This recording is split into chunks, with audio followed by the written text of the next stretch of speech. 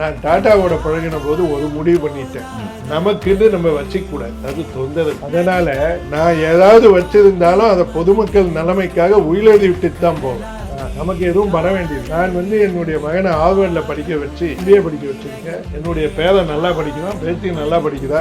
அவங்கெல்லாம் அவங்கவுங்க வாழ்க்கைக்கு என்ன வேணுமோ நல்லா சம்பாதிச்சுப்பாங்க. அதுல எனக்கு எந்த விதமான கவலையும் இல்லை. ஆகையினால நான் என்ன பணம் சம்பாதித்தாலும் அது இந்த இந்திய மக்களுக்கு உரியது, முக்கியமா தமிழ்நாட்டு மக்களுக்கு உரியது. அவர்களுக்கு ஏதேனும் ஒரு விதத்தில் நன்மை பயக்குமாறு எழுதிவிட்டு செல்வேனை ஒழிய அதை நான் எடுத்துக்கொண்டு செல்ல முடியாது. இந்த விஷயத்தை பார்த்தீங்கன்னா யாராலுமே எடுத்துக்கிட்டு போக முடியாது. முதலில் சந்தோஷத்தை தேடுங்கள். சந்தோஷம் உங்களுக்கு வெற்றிகளை கொடுக்கும்.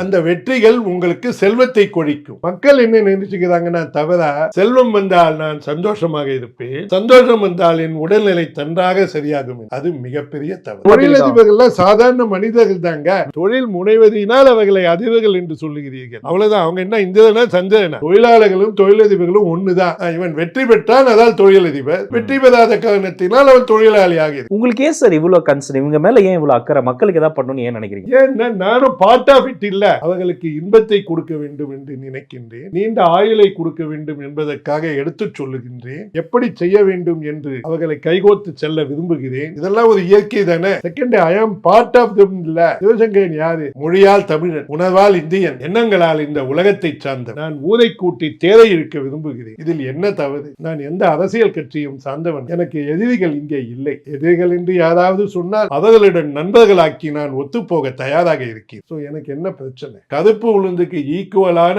ஒரு உணவு இந்தியாவிலே இல்ல. பாரம்பரிய உணவு எடுத்தீங்கன்னா கருப்பு உளுந்துல மட்டும்தான் ஆந்தோசைனின் இருக்கு, புரோட்டீன் இருக்கு, ஃபைபர் இருக்கு. நீங்க டெய்லி 100 கிராம் 150 கிராம் இந்த கருப்பு உளுந்த ஊற வச்சு கூட புரோக்கலியும் காலிஃபிளவரும் சாப்பிட்டு பாருங்க, உங்க உடல்நிலை பயங்கரமாக முன்னேற்றம் அடையும். கருப்பு உளுந்து உள்ளார இவ்வளவு விஷயம் இருக்கு. ஆச்சரியமா இருக்கு. தமிழ்நாட்டுடைய 2 பெரும் பிரச்சனைகள், ஒன்னு ஸ்மோக்கிங், இன்னொன்னு ட்ரிங்கிங். அப்படிப்பட்ட நிலையில இருக்கக்கூடியவங்களையும் உணவு சரி பண்ணி நம்ம சரி பண்ணிட முடியுமா அவங்க உடல்நிலையை? குடிக்கிறது ஒரு முறை குடிச்சாலும் உங்க உடலுக்கு நல்லது இல்லை. அதுக்கு என்ன காரணம்னா, alcohol is toxic to your mitochondria where you produce energy. 4 நிமிஷத்திலேயே நீங்க குடிச்ச உடனே 81% ஆஃப் த எனர்ஜி போயிடும், இன்டெலிஜென்ஸ் போயிடும். 4 மினிட்ஸ். என்ன alcohol 1% of that comes to the skin. இன்னொரு போர்ஷன் லிவருக்கு போகுது. அது it is digested in a assimilated in a different way. Alcohol சாப்பிடக்கூடாது. சிகரெட் பிடிச்சா லங்ஸ் போயிடும். நீங்க சினிமாவில் பார்த்தீங்கன்னாலும் சரி, கேன்சர் வரும், குடியை கெடுக்கும், எல்லாம் போட்டு. சினிமாவில் பார்த்தீங்கன்னா அந்த சிகரெட்டையும் ஆல்கஹாலை மட்டும் தான் அட்வர்டைஸ்மெண்ட்டே கொடுக்குறாங்க. அது ரெண்டுமே உண்மை. சிகரெட்டுக்கு நிறைய டாக்ஸ் போட்டு இப்ப குறைக்கிறாங்க. அதுக்கு உண்மையிலேயே நம்ம பிரதம மந்திரிக்கும் நம்முடைய நிதி மந்திரிக்கும் நன்றி சொல்லணும். இந்த குடியிலையும் நிறைய டாக்ஸ் போட்டு இருக்காங்க, அதுக்கும் நம்ம நன்றி சொல்லணும். இல்லைன்னா இன்னும் குடிக்காத. இவங்களை நிறுத்துன்னு சொல்றது அவங்களுக்கும் புரியுது, நமக்கும் புரியுது. நிறுத்தணும் தான் அவங்களுக்கும் ஆசை. பட் ஏன் நிறுத்த முடியலன்றது அவங்களுக்கு சந்தர்ப்ப சூழ்நிலை. ஓஹோ.